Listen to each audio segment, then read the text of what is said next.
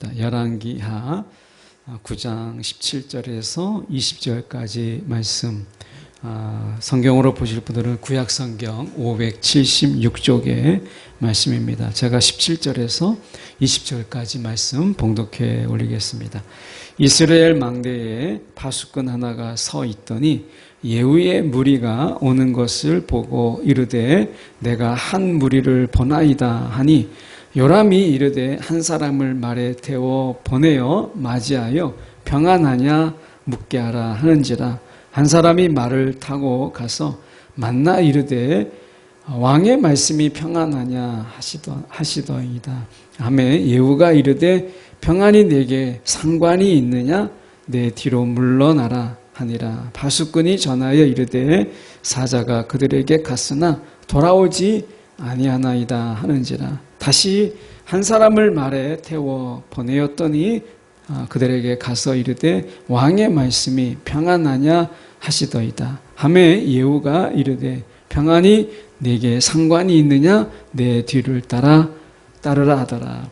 파수꾼이 또 전하여 이르되 그도 그들에게까지 갔으나 돌아오지 아니하고 그 병거 모는 것이 님씨의 손자 예후가 모는 것 같이 미치게 모나이다 하니. 아멘.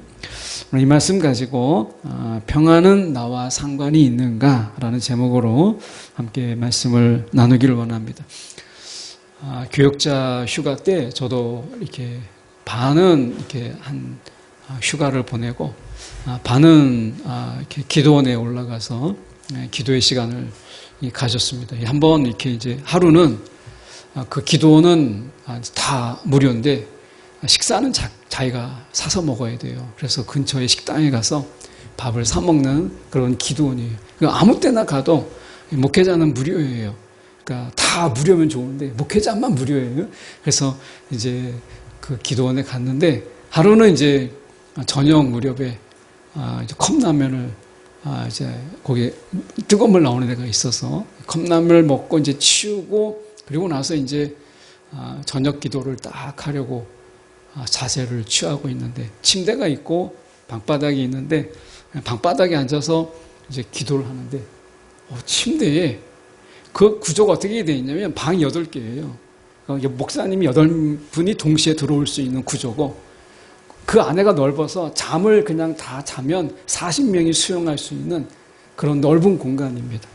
그런데 제가 갈 때 제가 이번에 간 게 2번째인가 3번째인데 아무도 없어요. 제가 갈 때마다 늘 없어요. 누가 온다는 분도 있었는데 갑자기 안 오고 막 이렇게 돼서 그 넓은 데를 혼자 다 쓰는 거예요. 아무도 없는 거거든요. 그래서 제가 이제 방바닥에 앉아서 이제 기도를 하려고 하는데 침대에 누가 계시는 거예요. 야, 이게 뭔가. 분명히 사람은 없었는데. 근데 눈으로 보이는 건 아닌데 제가 느낄 때 그 사람이 있는, 누군가가 같이 있는 느낌이라는 게 있잖아요. 근데 그게 뭐 이렇게 막 그 머리털이 막 서고 이렇게 두려움이 아니라 누군가가 계시는구나. 내가 지금 기도하려고 할 때 듣기 위해서 오셨구나 라는 느낌의 그런 강한 임재가 기도원에서 제가 기도할 때 그때 침대에 계시는 그분을 물들어서 봤다 이렇게 한 건 아니에요. 근데 느꼈다라는 거예요. 그래서 그런지 제가 그때 기도했던 그 기도들 속에서 제가 여러 이제 기도 제목을 가지고 했는데 하나 둘씩 저에게 문자가 오는 거예요. 기도 응답 받았어요. 이렇게 되었어요. 저렇게 되었어요. 하시는 거예요. 하나님은 우리가 기도할 때 하나님은 귀를 기울이시고 하나님께서 우리의 기도를 들으시는 하나님이세요. 하나님은 저 높은 하늘에서 우리의 기도를 들으시는 것이 아니고 하나님이 기도할 때, 우리가 기도할 때 가장 가까이에서 우리에게 귀를 기울이시는 분이 우리의 하나님이세요. 보이진 않지만 그분의 임재가 분명하게 느껴지는 그런 하나님의 임하심이라는 게 있다는 거예요. 아마 여러분도 마찬가지로 우리가 기도할 때마다 하나님은 우리 곁에 오셔서 가장 가까이에서 귀를 기울이시는 분이 우리의 하나님이시다. 라고 하는 거예요. 우리가 보통 이렇게 인사를 나눌 때, 식사하셨습니까? 밥 드셨습니까? 밥 먹었냐? 뭐 이렇게 묻죠. 왜 묻겠어요? 밥이 그만큼 귀하기 때문에 그런가. 밥 먹는 게. 이 밥 먹는 게 너무 귀하기 때문에 우리가 밥을 못 먹는 이런 어떤 옛날에 보릿고개 이런 것이 있을 때 밥을 먹는 게 어려우니까 밥 먹었냐? 라고 하는 거잖아요. 그러니까 그게 인사인 거죠. 우리가 안녕하십니까? 라는 이 말이 사실은 그 안녕이라는 말이 평안이라는 말이에요. 평안. 안녕하십니까? 밤새 안녕하셨습니까? 라는 말은 밤새 평안하셨습니까? 라는 말과 같은 거예요. 여러분 평안하십니까? 밤새 뒤척이다가 그냥 밤새 잠 못 자다가 이 자리에 나오신 것이 아니고 정말 평안한 가운데 여러분 정말 평안하십니까? 라고 만약에 누군가가 묻는다면 여러분은 뭐라고 대답하시겠어요? 오늘 이 평안에 관한 말씀이에요. 오늘 말씀에 저희가 17절에 가서 보시면 이렇게 말씀합니다. 이스라엘 망대에 파수꾼 하나가 서 있더니 예후의 무리가 오는 것을 보고 이르되 내가 한 무리를 보나이다. 이렇게 이야기합니다. 그리고 요람이라는 인물이 나와요.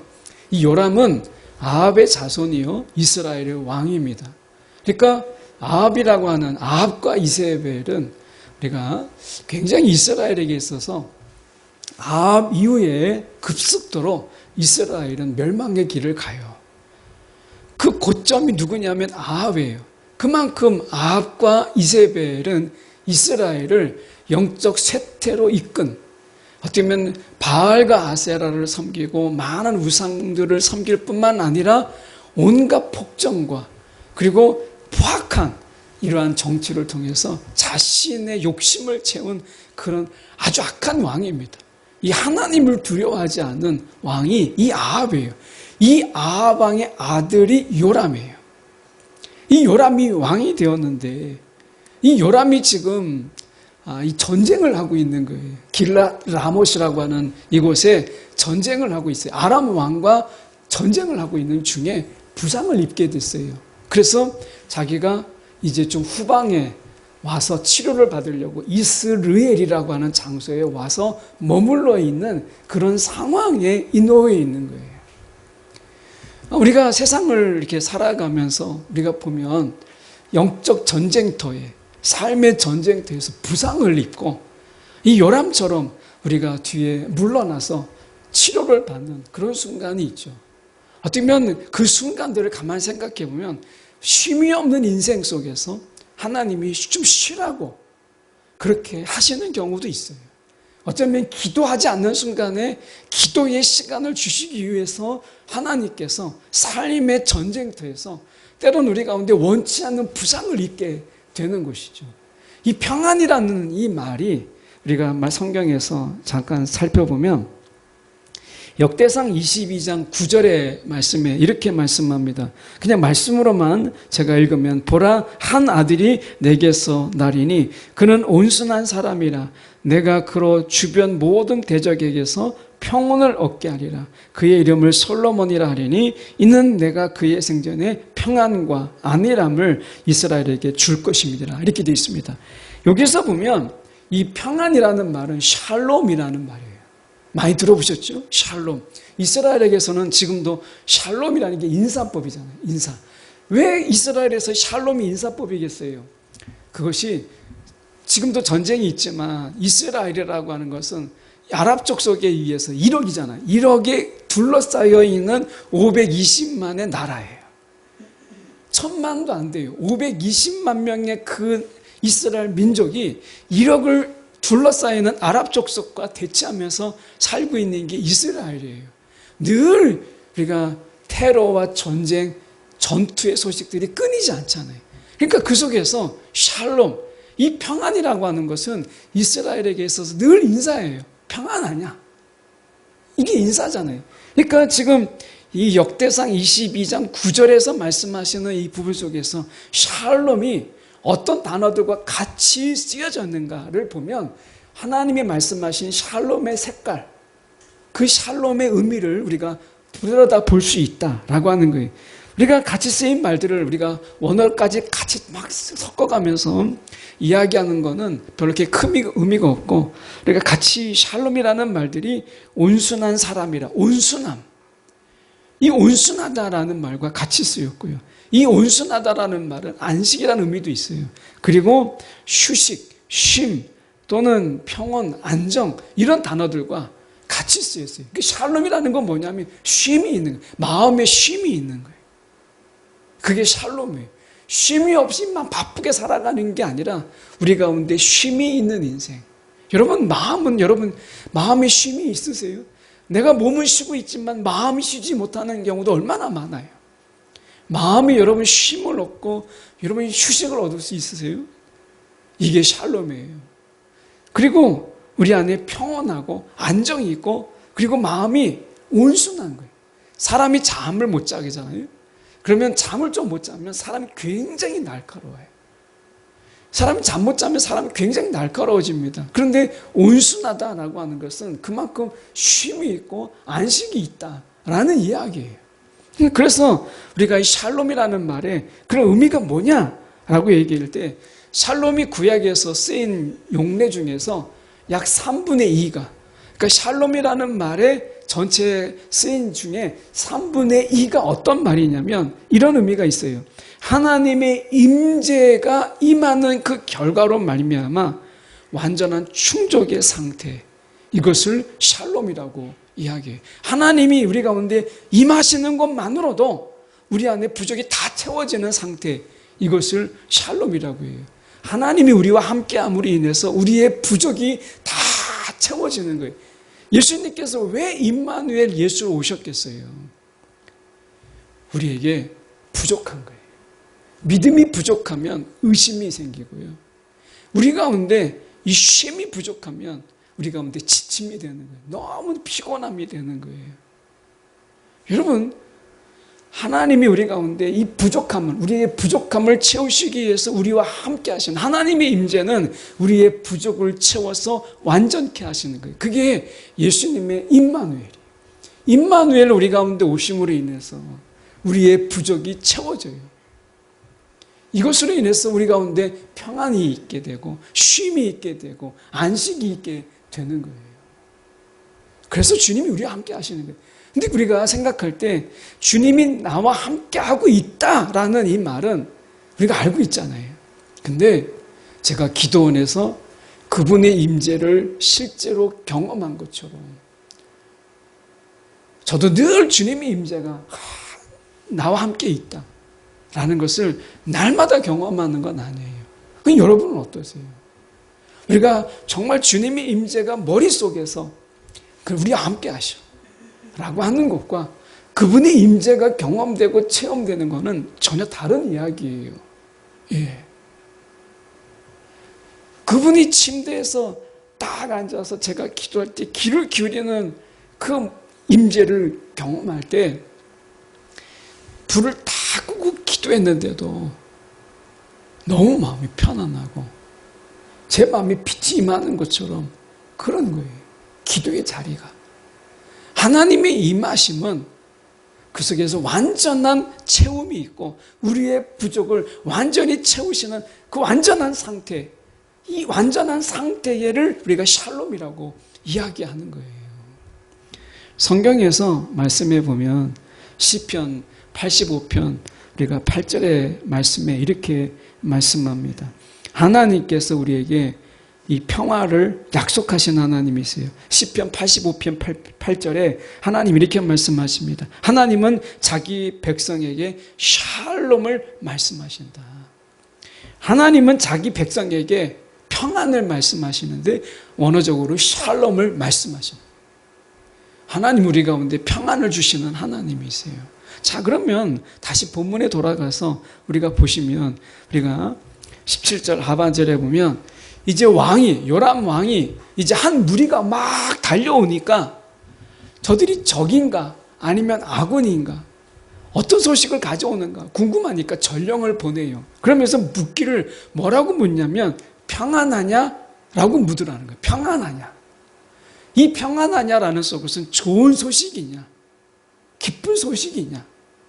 이 의미를 담고 있어요. 그러니까 지금 이 왕은 소식을 기다리고 있는 거예요. 길랏 라못에서 전쟁 중에 자기가 나왔기 때문에 소식을 기다리고 있는 거예요. 평안의 소식이냐, 기쁨의 소식이냐 라고 하는 것을 묻는 거예요. 그런데 예후가 뭐라고 얘기했냐면 이렇게 얘기했죠. 18절에 평안이 내게 상관이 있느냐라고 물어요. 평안이 내게 상관이 있느냐. 오늘 이 말씀이 우리 가운데 묻는 그런 질문이 있었으면 좋겠어요. 평안이 내게 상관이 있으나 하나님이 주시는 평안이 나와 상관이 있나? 여러분 어떠세요? 하나님은 지금도 우리 가운데 평안을 주시는데 그 평안이 나와 상관이 없어요. 세상을 보십시오. 뉴스를 보면 우리가 안정적인 마음속에서도 불안할 수밖에 없어요. 아버님이 계시지만 아버님이 늘 방송에 나오는 뉴스가 아파트에 불이 나는 거. 그러니까 제일 집에 가면 이제 보통 24시간 뉴스 하는 거, 뭐 이런 방송 채널을 틀어요. 그러면 그 방송을 보면 어떻죠? 어디 아파트에 불이 났다. 그러면 그냥 한 번 하고 말면 되는데 매 시간마다 불이 나는 거예요. 그러니까 그걸 보고 있으면 시간마다 불이 나는 뭐 그런 거 아니겠어요? 그러니까 가장 불안한 게 뭐냐면 아파트에 불이 나는 10층에. 그래서 한 번은 저한테 말씀하시는 게 밧줄을 달아달라는 거예요. 밧줄. 그래서 불이 나면 밧줄 타고 10층에서 어떻게 밧줄을 타고 내려와요. 마음이 그렇다는 거죠. 세상의 뉴스를 가만히 들어보세요. 여러분 평안을 주시는 소식이 있어요. 전쟁의 소식, 사건과 사고의 소식들이 넘쳐나요. 동남아시아의 선교에 가면 선교사님들이 늘 하는 이야기가 있어요. 목사님 밤 9시가 넘으면 절대 나가지 마세요. 밤 9시가 넘어가면 절대 나가지 마세요. 치안이 불안합니다. 이런 이야기합니다. 외국인들이 들어와서 가장 놀라는 게 무엇이냐면 왜 우리나라에 범죄가 왜 없겠어요? 그런데 밤 11시, 12시가 돼도 사람들이 막 돌아다니는 거 보고 가장 놀라워해요. 여러분 우리가 세상을 살아가는데 세상의 소리 들리는 소식들이 불안하고 우리를 정말 어떻게 보면 좌불안석으로 마음의 평안함을 다 뺏어가는 것들로 가득해요. 세상에서 어떤 평안의 소식도 없어요.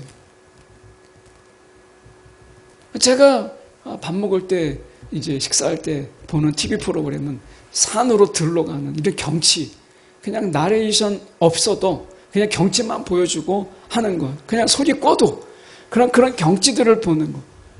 이런 방송을 보고 밥을 먹지 막 싸우고 전쟁의 소식 나오고 뭐 이런 소식 되면 소화도 안 돼요.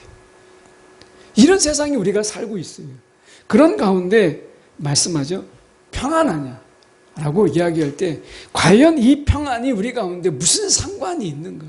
하나님의 평안이 나와 전혀 상관없는 모습으로 우리가 혹시 살아가고 있지 않나 라고 하는 거예요. 그런 가운데서 예후가 이렇게 이야기합니다. 2번이나 이제 전령이 왔는데 내가 평안이 너와 무슨 상관이 있느냐? 내 뒤를 따르라. 이렇게 얘기합니다. 이것은 당시에 이 고대 풍습으로는 이제 이 무리의 리더가 왕에게 직접적으로 내가 전할 내용이다. 전령을 통해서 전할 내용이 아니고 내가 왕을 뵙고 직접적으로 전해야 될 내용이다. 라는 사인이에요. 2번이나 그렇게 했으니까. 그래서 왕이 내가 직접 나가서 들어야 되겠다. 그래서 왕이 채비하고 만나러 가요. 예후를 만나러 갑니다. 그러면서 이렇게 질문합니다. 본문을 좀 벗어나죠. 이렇게 이야기해요. 22절인데 요람이 예후를 보고 이르되 예후야 평안하냐? 예후야 평안하냐? 예후야 네가 어떻게 이 자리에 왔느냐? 길랏 라못에서 지금 아람과 전쟁을 하고 있는데 이런 전쟁 가운데서 너가 어떻게 지금 나에게 왔느냐? 기쁨의 소식이냐? 이거죠. 승리했느냐? 이게 평안하냐? 그런 뜻이에요. 좋은 소식이냐? 라는 거예요. 근데 예후가 이렇게 이야기합니다. 이 말씀이 중요해요. 이렇게 얘기합니다. 너의 어머니 이세벨의 음행과 술수가 이렇게 많으니 어찌 평안이 있으랴 이렇게 얘기합니다. 다시 말하면 이 이세벨이라고 하는 이 인물은 이방 여인으로서 아합과 결혼한 정략적 결혼이었죠. 그런데 이 이세벨이 바알과 아세라를 이스라엘에 다 가지고 와서 자기뿐만 믿는 게 아니라 아합에게도 제사하게 하고 그리고 이스라엘 사람들에게 제사하게 했던 아주 악명 높은 여인이에요. 사실은 이세벨은 왕의 부인에 불과한데 이세벨은 아합보다 더한 여왕처럼 군림했던 인물이 이세벨입니다. 그러니까 단순한 왕의 부인이 아니에요. 이세벨은 당시에 거의 여왕처럼 군림했던 그런 인물입니다. 그런 인물이 음행했다라는 말은 우상을 섬겼다, 영적 간음, 우상을 숭배했다라는 말이고, 여기서 술수라는 말은 온갖 주문을 이야기하는 거예요. 주술과 주문을 이야기하는 거예요. 하나님이 주술과 주문을 싫어하시잖아요. 그런데 온갖 주문과 주술을 사람들에게 가리키고 이렇게 주문을 외우면 너희가 복을 받아. 그래서 주문을 가리켜요. 세상은 우리 가운데 주문을 가리키죠. 어떤 주문이죠? 괜찮을 거야. 좋은 일이 있을 거야. 라고 하는 거예요. 여러분, 세상의 주문에 빠지지 마세요. 물론 이 요람은 막연한 기대, 막연한 어떤 잘 될 거야 라는 이런 생각을 가지고 있었어요. 좋은 소식이냐, 평안하냐, 막연하게 어떤 근거도 없이 우리가 근저감, 근거 없는 자신감 아이들이 이야기하잖아요. 여러분, 우리가 이 요람은 아무런 근거도 없이 잘 될 거야. 일이 잘 풀릴 거야. 라는 이런 속에서 갇혀있던 사람이었어요. 여러분, 이거 신앙 아니에요. 하나님은 우리 가운데 분명한 하나님의 약속의 말씀을 붙잡기를 원하시지 그냥 잘 될 거야. 막연하게 일이 잘 풀릴 거야. 이거 여러분 신앙 아니에요. 하나님은 그런 막연한 생각으로 살아가는 신앙, 이걸 원치 않으시고 오늘도 역사하시는 하나님의 말씀을 붙잡기를 원하세요. 약속의 말씀을 붙잡기를 원하세요. 그러니까 하나님을 간절히 찾고 구하기를 원하시는 거예요. 막연한 신앙, 애매한 신앙을 하나님은 우리 가운데 원치 않으세요. 혹시 여러분이 신앙 가운데서 그냥 다 잘 될 거야, 그냥 잘 풀릴 거야, 무슨 근거로 하나님의 약속을 붙잡으시고 하나님을 정말 단단히 붙잡고 하시는 그런 말씀, 믿음의 확신, 믿음의 말씀이 아니라면 그 막연함으로 여러분 살아가지 마세요. 오늘 말씀 속에서 이 요람이라고 하는 이 왕은 이야기할 때 지금 22절에 그가 이야기하잖아요. 우리가 이야기할 때 예후야 평안하냐, 예후야 이 평안하냐, 좋은 소식이냐, 승리의 소식이냐 라는 이 말은 자기 기대예요. 자기 기대. 길랏 라못에서 이 아람 군대를 이겼으면 좋겠다라는 자기의 막연한 기대. 요람에게 필요한 것은 이 막연한 기대, 긍정의 마인드가 아니라, 근거 없는 이런 긍정의 마인드가 아니라 하나님을 찾고 하나님께 구하고 하나님께 바라는, 하나님을 찾는, 이 분명한 하나님을 찾는 이런 절실함이, 절박함이 그에게 필요했던 거예요. 지금 전쟁 행터에서 요람을 지금 뒤로 뺐잖아요. 하나님께서. 길랏 라못에서 그가 죽을 뻔했던 것을 그가 하나님이 뒤로 빼서 이스라엘에서 치료받는 시간을 하나님께 허락하셨어요. 그리고 이 시간은 어떤 시간이었어요? 그에게 기도의 시간, 하나님을 찾는 시간, 하나님을 바라는 시간이었어야 돼요. 그런데 이스라엘에서 요람은 막연한 기대 속에서 이 시간들을 다 허비했어요. 그 결과 결국 그에게 주어진 것이 결국 무엇이냐면 24절에 이렇게 이야기합니다. 예후가 힘을 다하여 활을 당겨 요람의 두 팔 사이를 쏘니, 이렇게 얘기합니다. 화살이 그의 염통을 꿰뚫고 나오매 그가 병거 가운데 엎드러진지라. 죽음이었다는 거예요. 죽음. 예후가 화살을 힘을 당겨서 쏘니까 관통해 버렸어요. 요람에게 그 마지막 기회가, 그냥 단순한 막연한 기대, 그냥 다 잘 될 거야 라고 하는, 여러분 이런 생각 속에서 기도를 대신한 그가 결국 맞이한 것은 죽음이었어요. 혹시 여러분 세상의 주문 속에 여러분 우리도 노출되어 있어요. 그냥 다 잘 될 거야, 다 잘 풀릴 거야. 여러분 이건 세상의 주문이에요. 이세벨의 주문도 거기 있었어요. 우리는 분명한 약속의 말씀을 붙잡는 간절함이 필요하고 하나님의 임재를 구하는 절박함이 우리 가운데 필요한 거예요. 그런데 그런 시간 속에서 그는 어떻게 했어요? 우리의 부족을 채우시기 위한 하나님의 임재하심을 구하는 거예요. 세상에 어떤 것으로도 채울 수 없어요. 우리가 다 부족하잖아요. 여러분 우리의 부족을 채울 수 있는 그것은 단 하나, 하나님의 임재예요. 그게 샬롬이에요. 예후가 이야기하잖아요. 지금 이세벨의 음행과 술수가 이렇게 많은데 어떻게 평안할 수 있겠느냐. 세상은 평안을 줄 수가 없어요. 예, 세상은 평안의 공급처가 아니에요. 하나님만이 이 평안의 근원 되시는 분이세요. 그분이 우리 가운데 시편 85편 8절에 아까 말씀처럼 우리 가운데 말씀하시는 거예요. 하나님은 자기 백성에게 샬롬을 말씀하신다. 우리 가운데 평안을 말씀하시는 하나님이시다라는 거예요. 여러분 오늘 우리 가운데 하나님의 분명한 약속을 붙잡고 우리 가운데 약속의 말씀을 붙잡고 삶의 자리에 선포하십시오. 하나님이 이곳에 나에게 함께 하신다. 하나님의 평안이 이 속에 내게 있다라고 하는 것을 고백해 하십시오. 선포하십시오. 그리고 인정하세요.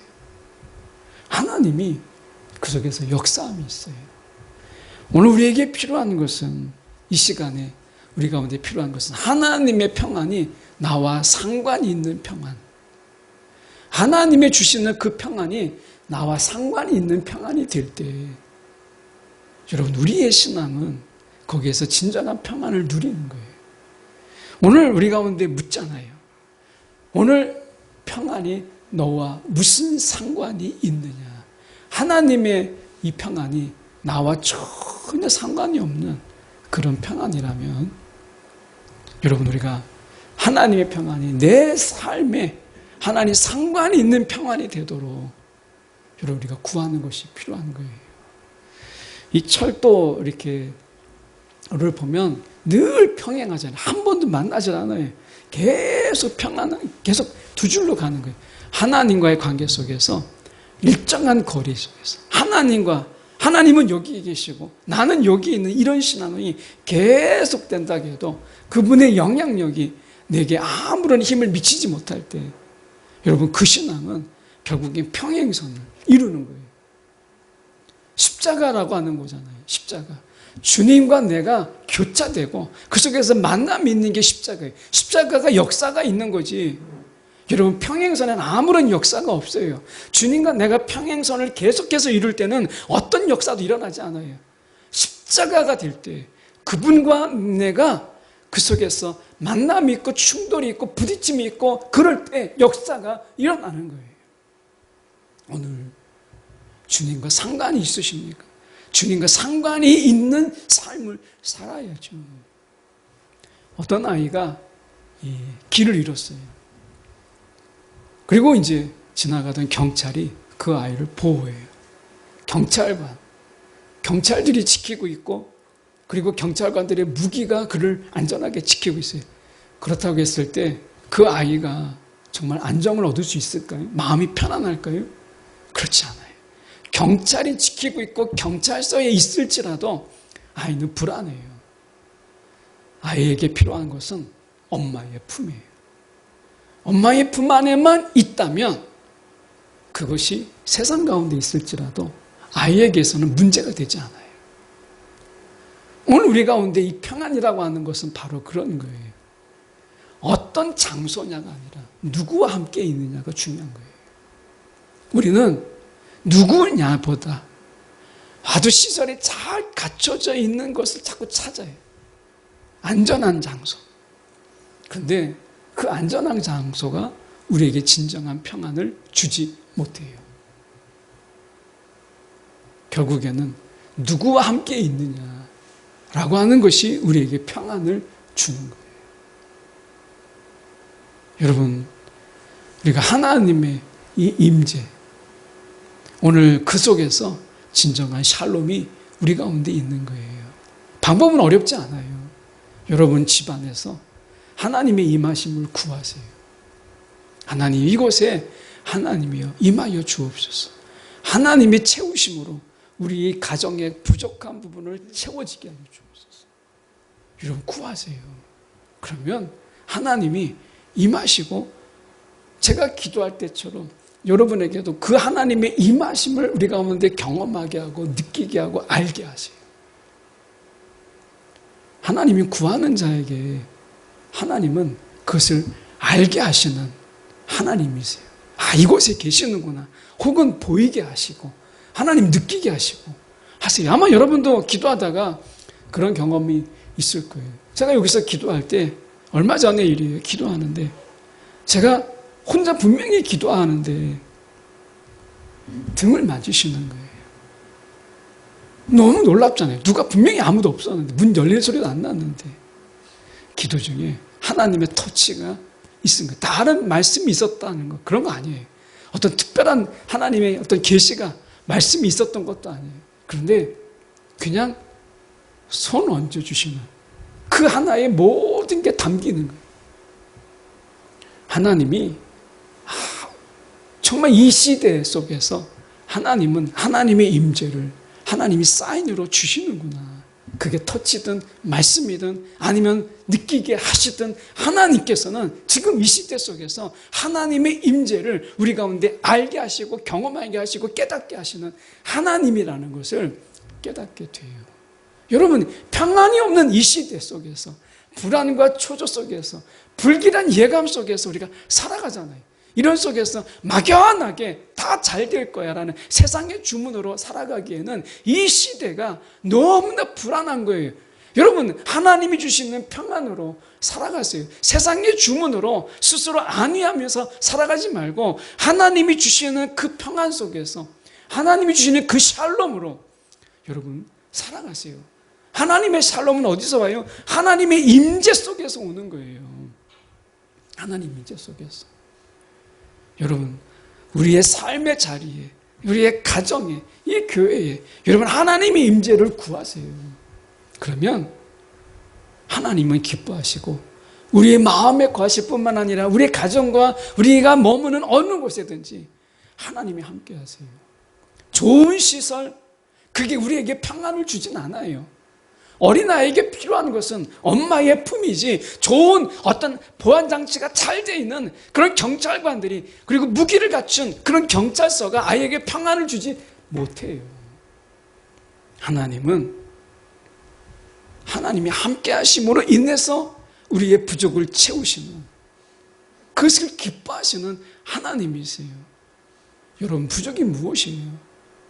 하나님만 임하시면 우리의 부족은 다 채워지는 진정한 샬롬이 우리 가운데 있는 거예요. 그래서 예후의 질문이 중요한 거예요. 평안이 너와 무슨 상관이 있느냐? 오늘 사단은 묻지요. 하나님의 평안이 너를 밥먹여 주냐? 하나님의 평안이 너를 편하게 했느냐? 하나님의 평안이 너와 무슨 상관이 있느냐? 우리 가운데 도전적으로 질문하잖아요. 그럴 때 아니다.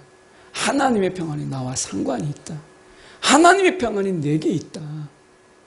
이렇게 선포할 수 있을 때 하나님이 기뻐하시는 거예요.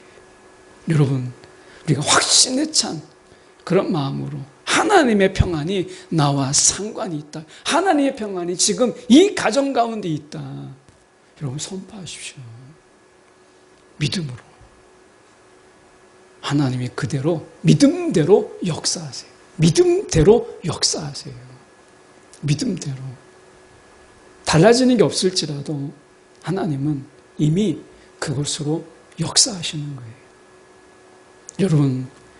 여러분 가운데 가정이 또 여러분의 마음이 불안하고 막 심장이 뛸 때, 때로는 불길한 예감이 들 때, 그럴 때 세상에서 기웃거리며 내가 뭔가 평안한 것을 뭔가 잡으려고 애쓰지 말고 오늘 하나님의 임재가 이곳에 있고 하나님의 샬롬이 이곳에 있다. 믿음으로 고백하고 선포해 보십시오. 여러분, 그 속에서 하나님의 역사가 시작돼요. 하나님은 하나님의 임재를 구하는 모든 자들에게 하나님께서 이 긴박한 이 평안을 모르는 이 시대 속에서 하나님은요, 눈으로 보이거나, 하나님은 우리가 하나님을 느끼게 하시거나 하나님의 만지심으로, 그 음성으로 우리 가운데 화답하시는 분이심을 분명히 믿는 저와 여러분이 되기를 간절히 소망합니다. 기도하겠습니다.